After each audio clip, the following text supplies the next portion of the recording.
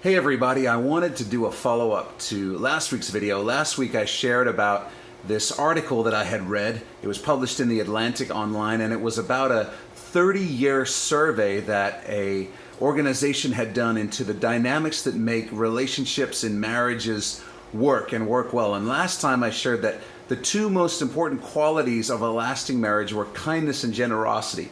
This week I wanted to share with you the single most dangerous quality in a relationship that pretty much dooms any relationship if you allow this quality to fester and go unchecked. And as I mentioned last time, it's so interesting because the Bible teaches on this. It makes this point, and even people who don't believe in the Bible have found that this is true because it's just the way God designed us to work. Are you ready for this? The number one thing, the most dangerous thing to a marriage is contempt.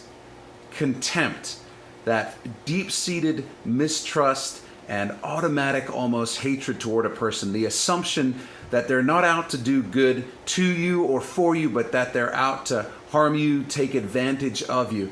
And it's so crucial because this is why if you want to have a great relationship, you cannot afford to allow things like eye-rolling in your marriage. You can't afford to do things like sighing or being cuttingly sarcastic with each other or facetious to one another, because those things are all indicators of contempt. It's more than just not getting along, it's contempt, and that's not something we can afford to have in our relationships. In Proverbs 10:12, it says, "Hatred stirs up strife, but love covers all sins." And I just want to remind you of that first part especially. Hatred stirs up strife. You see, there's nothing about contempt that ever brings about anything good in a relationship. It's not like you have a couple and they say, well, what's the secret to your marriage? And one of them says, well, I wasn't really being a good husband, but then my wife started treating me with contempt and things really turned around.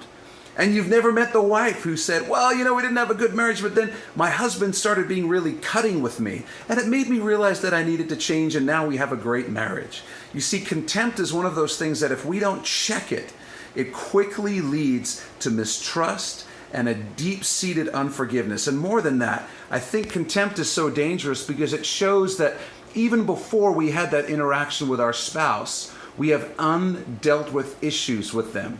So you see, we're assuming because of things that happened before that they don't have our best intentions in mind.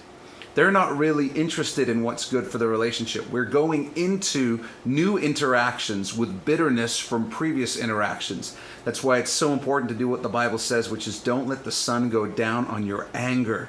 Deal with your issues the day that they happen as quickly as you can, because if you don't, there can be an opportunity for bitterness to take hold, and bitterness can lead to contempt, which can be fatal to having a marriage. Proverbs 10:12, hatred stirs up strife, but love covers a multitude of sins. Let's love our spouses and our future spouses well. God bless you guys.